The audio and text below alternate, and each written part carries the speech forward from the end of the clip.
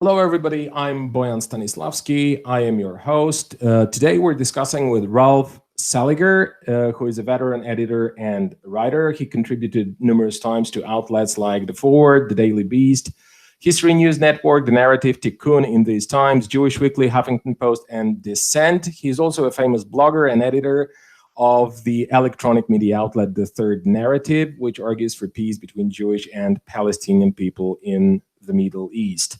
Welcome to the show, Ralph. Thank you. Thanks a lot for being with us. It's a very difficult period in the United States. That we can see that from what the media reports. But I would like to start the interview by asking, what were your first impressions once you learned about this horrific incident, about this staggering murder of George Floyd? Like, personally, what did you think once you saw the footage of that tragic incident?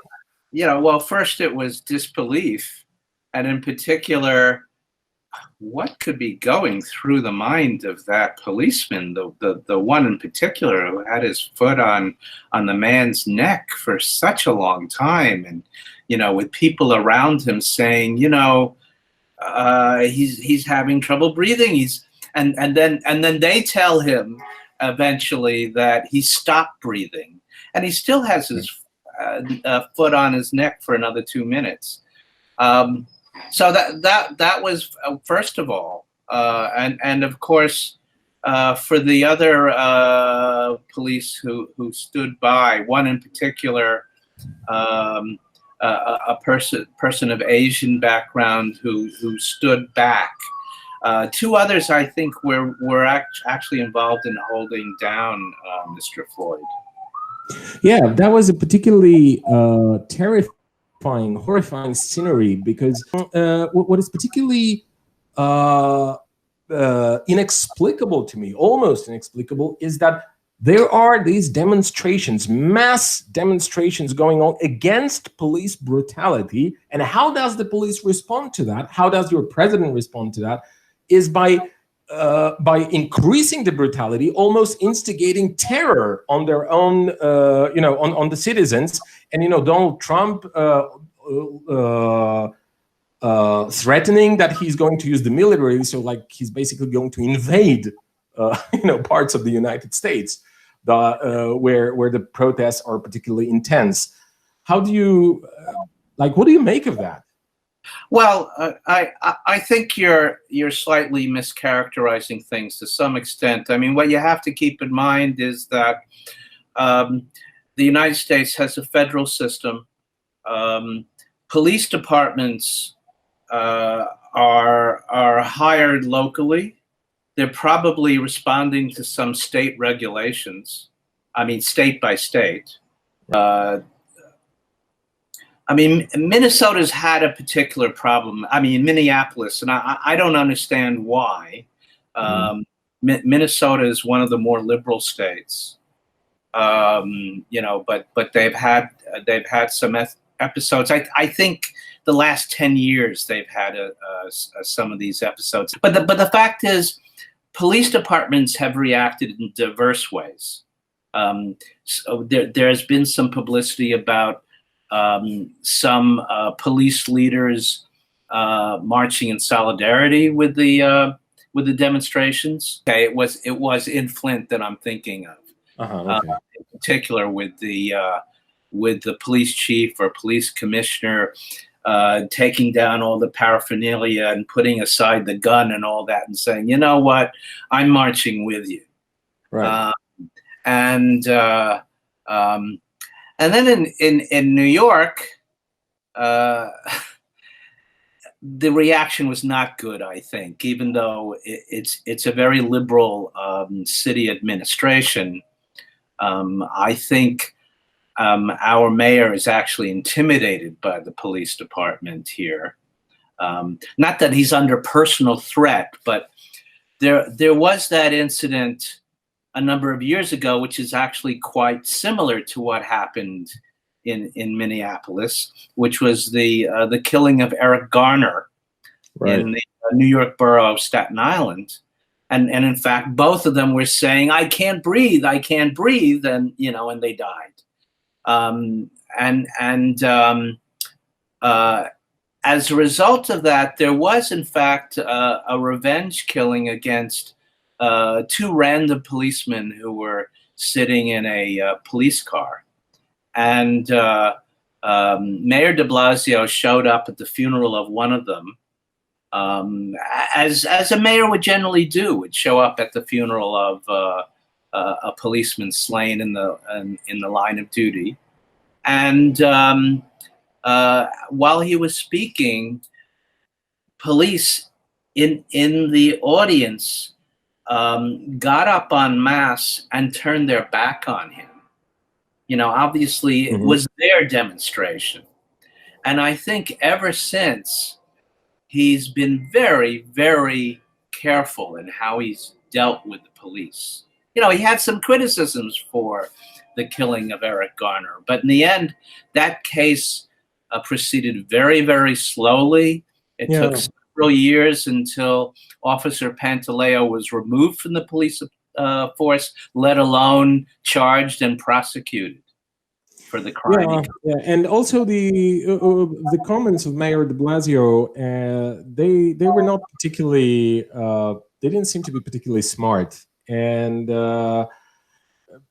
it really does. One really can get the feeling that certain mayors and governors are in fact intimidated to an extent, at least, by the police, and this seems to be a construction which is upside down, because this is the community, the local community should employ and hire the police and tell the police how they want to be policed, and not the other way around. When the police is coming, that's I heard that point being made by a number of people like Jimmy Dore or John Oliver, that there is something fundamentally wrong about how about the relationship between the local authorities and the state and the police. Another instance of this, an example of this, since New York City has been the center of the pandemic, with the city that has lost more people who have died of this thing probably than any city in the world. It's at least 22,000, and I think it's actually significantly more than that who have died here.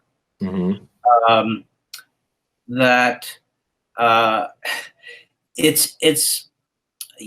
Blasio has made a point, says, look, when you go outside, when you're in a public place, make sure you wear a face covering. Right. And most of the demonstrators I've noticed have tried to do that. I mean, of course, they can't really maintain healthy social distancing in a demonstration, but they've at least tried to cover their faces for health reasons.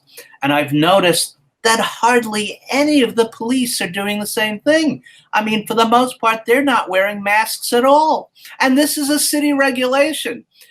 This should be a mayoral order to his employees. Right. The cops are his employees, they're city employees. It just it just boggles the mind. It enrages me almost as much as everything else, because I really do think, unfortunately, as righteous as the demonstrations are, and they are gonna pass along the virus. It's just about inevitable, because the virus is still here. Oh yeah. I can. I'm sure. That's a tragic kind of it's a side issue now. But if this outburst comes back, of the virus in a big way, it won't be a side issue anymore. Oh yeah. I'm sure. I'm sure it won't. Well, anyway, I would like to go back to the question of the massive reaction, the popular, it's almost uprising. Some people even speak about revolution and Right. so on and so Rebellion. forth. Yeah. And I'd like you to reflect on that. Why do you think this is so massive? The question of police brutality and the excessive use of force and its racism and its killing of black people and harassing them and so on and so forth. This is not a new thing. It's only now that people can actually record it with their portable devices and it can go viral in the networks, so people can get more of a sense how serious and how serious the issue is itself, but also how frequently it occurs. But that's one thing. But the other thing is that many commentators, and I read that in many outlets, American outlets, mainstream ones, alternative ones, that this seems to be a straw that broke the camel's back. And if the policeman that killed George Floyd had known that it will break the camel's back, he wouldn't have done that probably. And if any of the politicians would have known that, then they wouldn't. But you never know which straw is actually going to break the camel's back. And this happened now. So it seems like there has been a lot of frustration and aggravation and rage and all these emotions piling up in the American society, particularly in the black communities or communities of color. Although these demonstrations, we've got to be fair, I mean, they are joined massively by white people. Right. But there seems to be something more that these people are protesting. I think Cornel West, who's a pretty well-known, figure in the United States, not so much here in Europe. But he said something like this, discussing on CNN with Anderson Cooper, I think. He said, America, what we're witnessing now is the failed social experiment. The United States has been independent at least since 1783, when we signed the peace treaty with Great Britain, recognizing the United States independence. So I said, after a while, I think you stop being an experiment. But most of the American history has been about an expansion of democratic rights. Initially only white males with a certain amount of property were allowed to vote, and eventually, we've expanded the franchise. Blacks were, of course, slavery was officially abolished with the end of the Civil War and the passing of the constitutional amendments that after that war, and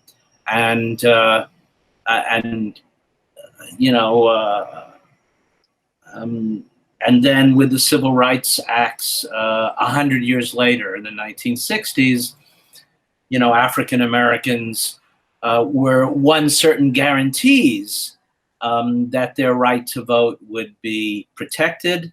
There was a certain amount of action in enforcing that. But more recently, these kind of gains have been threatened and to a certain extent reversed. So the expansion of democratic rights in this country have been kind of halted and to a certain extent rolled back. The Supreme Court no longer allows a level of supervision of southern states in terms of how blacks and other minorities, how their right to vote is maintained and protected. We know that there have been a lot of abuses. The Republican Party, which started out as the party of Lincoln, has now become the opposite, and they have been playing the system like a fiddle in terms of the way they redistrict legislative districts to their advantage. An example in the state of Wisconsin recently in the state legislative election, the Democrats won about close to 60% of the popular vote, and they wound up with barely a third of the seats in the legislature. Gerrymandering? Pardon? Gerrymandering? That's a championship kind of example of gerrymandering. I mean, it's as a work of art, it was amazing. It was really amazing. Unfortunately, I understand. But on the one hand, of course, I understand that the Republican Party is a major problem, not only in America but in the world, because it's one of the most evil political forces that that one can. And then when you add the particular nature of this one man, Donald Trump, who again was elected only because of a very narrow win in the Electoral College and lost the popular vote by about 3 million votes. He had 46% of the vote. Hillary Clinton had 48%. There were, a couple of other candidates who made up the rest.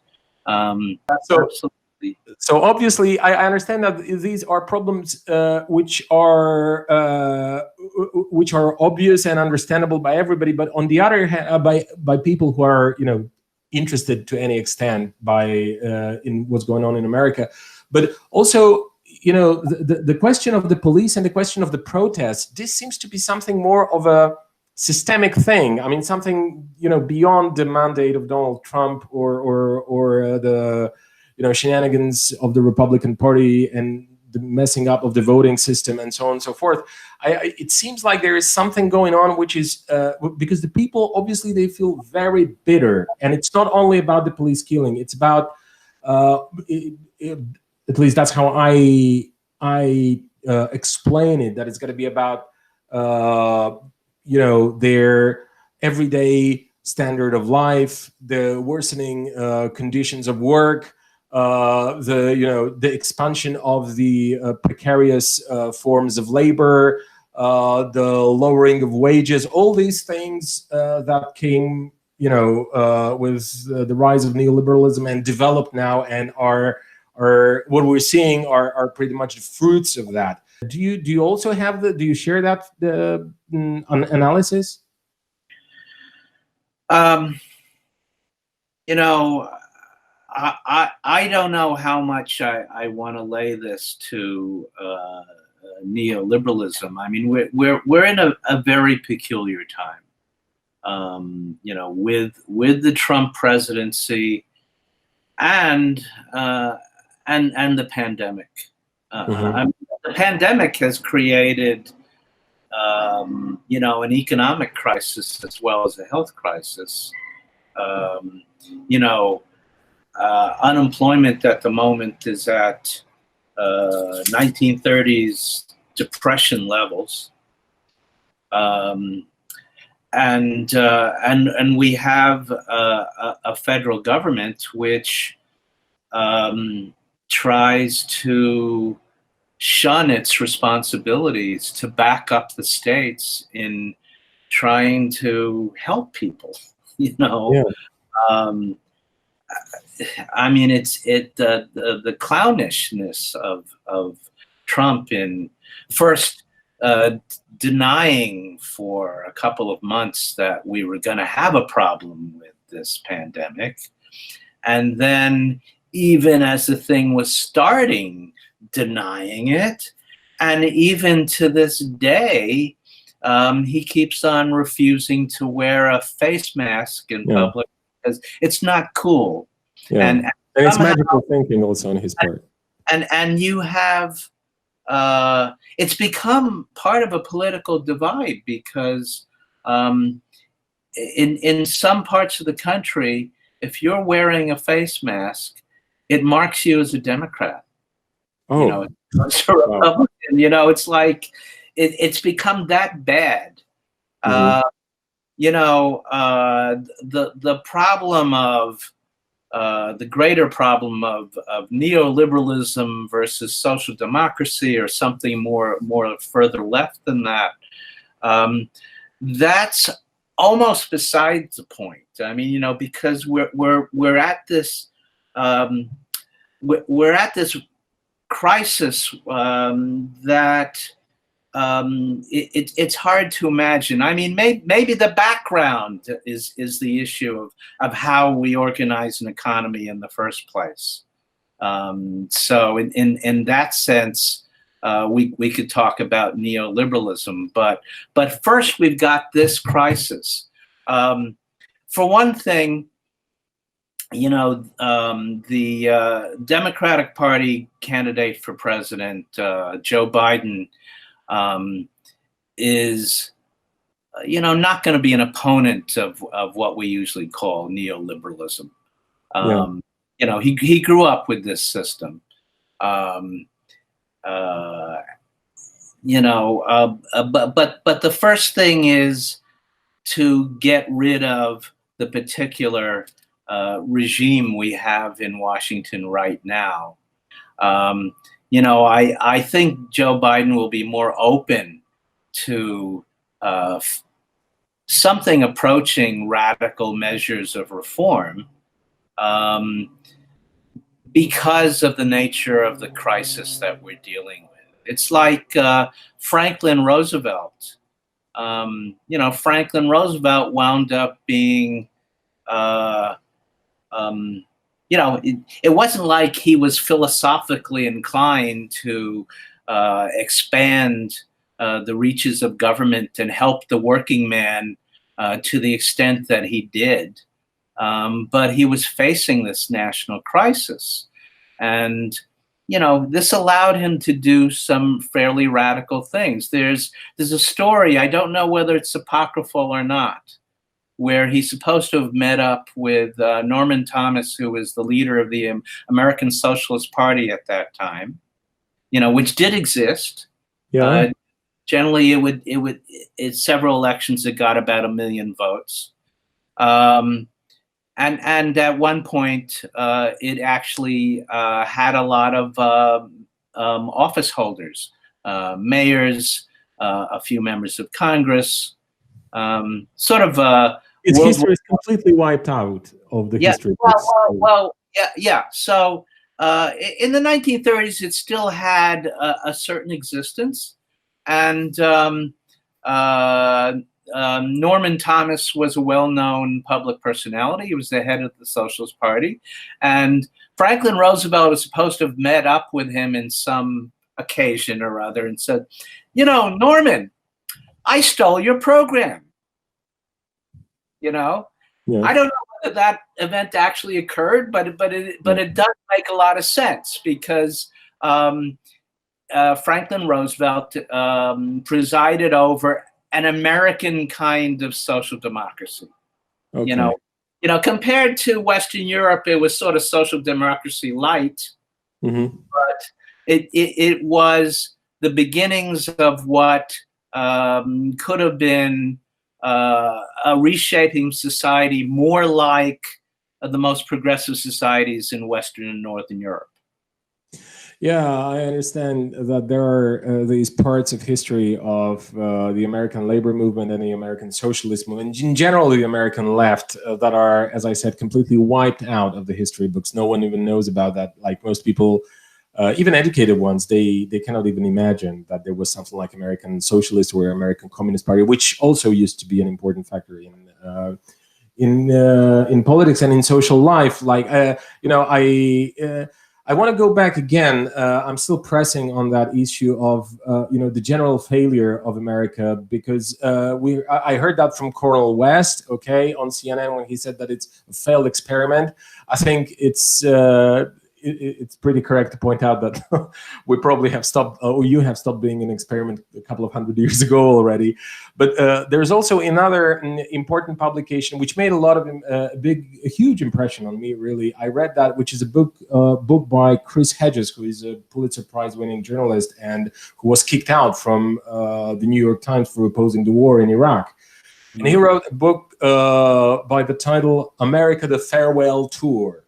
And he travels throughout America to all these deindustrialized zones, to all the places which became poorer, which became like holes of poverty after NAFTA and after the most radical measures of economically speaking of the Clinton administration and later George Bush, and after 2008 crisis, and so on and so forth. And he describes a state that is a crumbling empire, an imploding empire, and a society completely falling apart, either helpless or aggressive, frustrated, and deeply rotten. And he doesn't write that with a despise to American people, or to these people that he had met. He's just observing, witnessing the kind of horrifying rot of the general construction in America. And all these readings and publication and these comments I heard from people like Cornel West, that makes me think that there is a general systemic problem, that the economy, the economic structure today does not work, obviously, for the people. And this is like their desperate voice. They just go out and they are even prepared to engage, in these standoffs with the police. And I heard, you can see that on American mainstream TV stations, but you can see bits and pieces of that in the internet and social media. And one particular comment that was made that made a huge impression on me by just a random black woman who took part in the demonstrations and was approached by journalists afterwards. And the journalists, they approached her asking these questions like, "Oh, but what are you doing? This is vandalizing the community. Why are you burning down whatever property or buildings or premises that belong to your community?" And she shouted at them saying, "What are you even talking about? Our community? We don't own anything here. This is a lie. I mean, there used to be this myth," that's what she said, "of social contract, where when there is a crime, the authorities step in and they fix the situation. But instead of doing that, they have been killing us and torturing us and molesting us for now decades. And, she said, I don't care if the entire thing around me here burns down to, and this was really shocking, because it seems like, there is this major detachment, of the economy, of the economic structure, of how things are in America, and that there are these two separate sets of rules, one for the whites and one for the blacks. And obviously the blacks, they know that, like they seem to be conscious of this. Well, maybe I'm exaggerating. I don't know. It's just the impression I'm getting. It's easy. If your role is to be a critic, it's easy to criticize. You do have to figure out. I mean, I don't, but the country has to figure out first our way out of this health and economic crisis, this double crisis that we're dealing with, and then the political crisis that the Trump administration has brought to us, and then the broader social crisis, which is most pronounced as a racial crisis in this country. Mm-hmm. And so you have these different layers. Of course, an attitude like the one that you're explaining from this African-American woman who's understandably indignant. It doesn't help the movement, and for the most part, the demonstrators have been very careful not to be seen as the same as the looters and the vandals. It's sort of been in the administration's interest to sort of put them together. There's this notion of Antifeh. You've heard of that? They now want to make it a terrorist organization or something. So, an organization, we have it in Europe too, it's just a brand. Of course, Antifa is a cool way of saying anti-fascist, and it refers to people who basically are prepared to violently fight openly fascist elements like the neo-Nazis who marched in Charlottesville, Virginia, in 2017. But Antifa is not an organization. Yeah, let alone terrorist. Right. Now, if there are people who identify with Antifa and are talking about burning things down or engaging in violence, I think it's a very bad idea. No, of course, I'm not trying to say that this woman condoned burning down. I'm just saying that she was trying to explain her attitude. Oh, absolutely. No, I understand her attitude, and I know that I've seen scenes where people among the demonstrators have actually restrained some people who were acting as provocateurs, whether they knew it or not. People who were breaking up paving stones and prepared to throw them into windows and things like that, or throw them at the police. And I've seen instances where they were tackled by fellow demonstrators and restrained. That this is that this would be a very bad thing, and in fact, probably there's some right-wing elements which are infiltrating and doing some of the damages. They're called accelerators, where the really extreme right-wing idea is that you want to bring about a race war. So you want to accelerate the violence. So you'll have the reaction of the government and of right-wing, shall we say, militias acting in the name of the white nationalist cause that they support. I think it's pretty natural that there could be some provocateurs, and they could come from the right wing. They could also come from the police, and even without provocations, there's a number of times, a number of proofs, like in forms of footage that you can see on the internet, where the demonstration is peaceful until the police arrives, and then the police starts gassing, shooting, whatever, and the cycle of violence develops, and and then there's even more violence, and so on and so forth. So that's obviously there, all these things. And when it comes to looting, I think because this has been the theme exploited particularly by the right-wing media in Europe, in Western Europe and in Eastern Europe, that there's violence and looting and so on and so forth. And I'm sure there was looting. Obviously, it's also been caught on camera, and one can see that there are people looting. And looting is bad. We don't condone looting. But on the other hand, legalized looting is also looting. And someone just looted a couple of months ago, maybe 2, if I remember correctly, with one of the so-called stimulus packages, the entire country, the state budget, by $5 billion.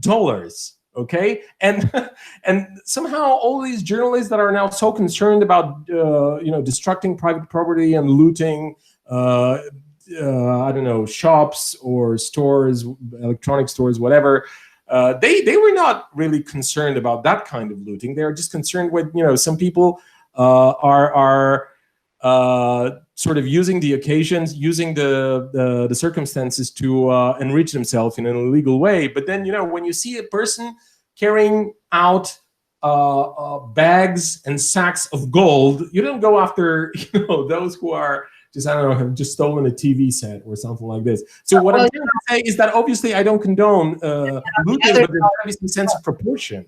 The other kind of looting, you might call white collar looting, is it's harder to illustrate.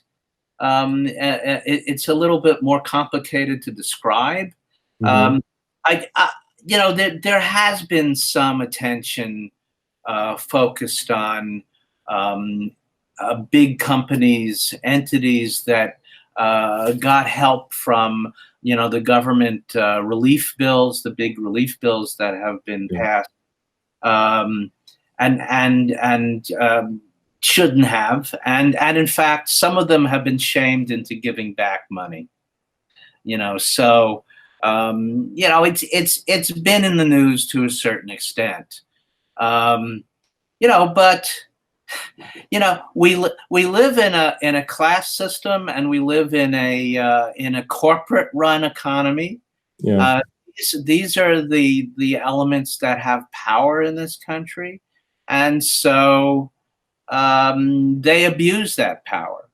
And I mean, it's in the nature of the exercise of power that it tends to be abused. You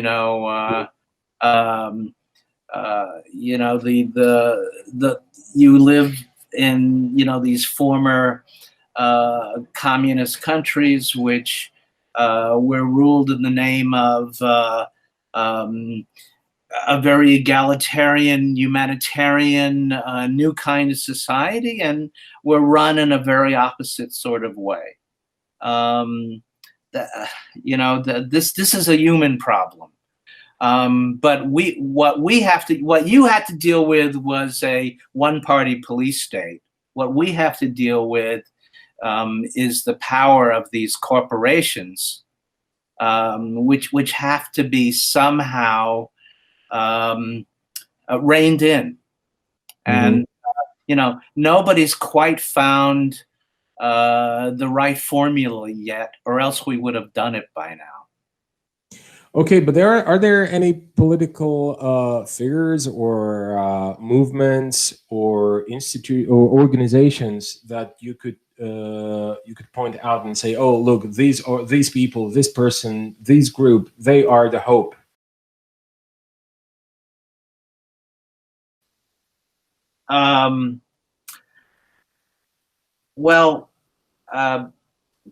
To some extent, I'm impressed by Alexandria Ocasio-Cortez and some people who come out of the Democratic Socialists of America, though by and large I don't quite see the way that most of them do.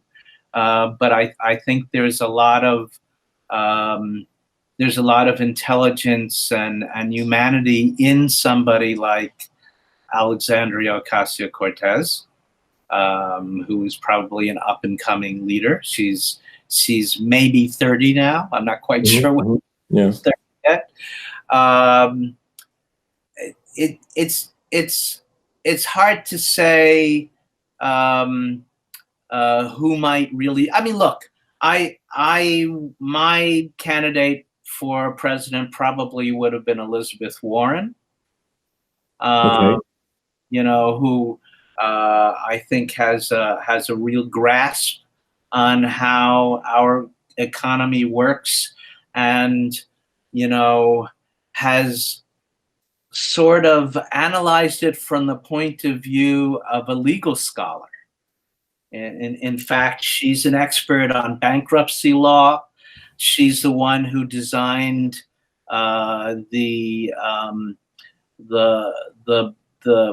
Consumer Rights Bureau, which was supposed to rein in the abuses of Wall Street. Okay. And so, she doesn't identify herself as a socialist, but she really wants to see a market system run in a more regulated, decent sort of way. And somebody like her is somebody whom I would have a lot of faith in as somebody who, in a very detailed way, not in terms of rhetoric, but in terms of detailed knowledge of the system, could be a hope for changing it. And I have a feeling that Joe Biden has a lot of respect for her. So I think Wall Street would be terrified, for example, if she becomes Secretary of the Treasury in a Biden administration, because it's the Treasury Department that sort of overall runs, the regulations for how markets are run in this country. Okay, and one last question, because you brought up the question of the class and the class system. I want to ask you, what do you think is the proportion of the class element versus the racial element in these in this protest, in this massive social reaction against police violence and against the state of affairs? I think one could say. Well, is it more of a racial thing or more of a class thing, with just where the racist element, racist murder of George Floyd was just a catalyst? Historically speaking, and still today, the racial element tends to override the class element in the way American society sees itself and operates. But there happens to be a very large overlay between race and class in this country, where a very large element of the urban working class in this country is Black or Latino. And of course, African Americans, and to a lesser degree, but also importantly, Hispanic, Latinx people are the pillars of the Democratic Party in this country. It's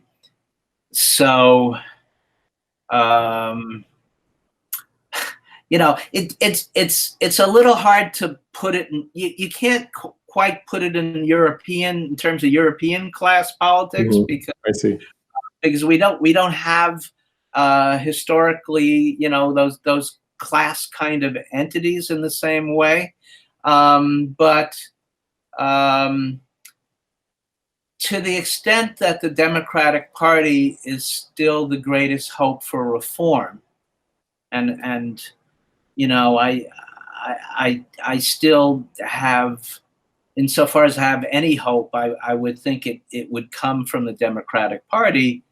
You have to look to the fact that African Americans and Latinx are so important to the future success of the Democratic Party. And by the way, they would also pull the Democratic Party to the left. Okay, let's hope for that. Let it be the optimistic accent at the end of our conversation. Thank you very much, Ralph Seliger, for explaining these nuances, complicated sometimes nuances of the current American reality. And thank you for sharing your thoughts and analysis. Okay, and I'll stop recording. Okay, thank you.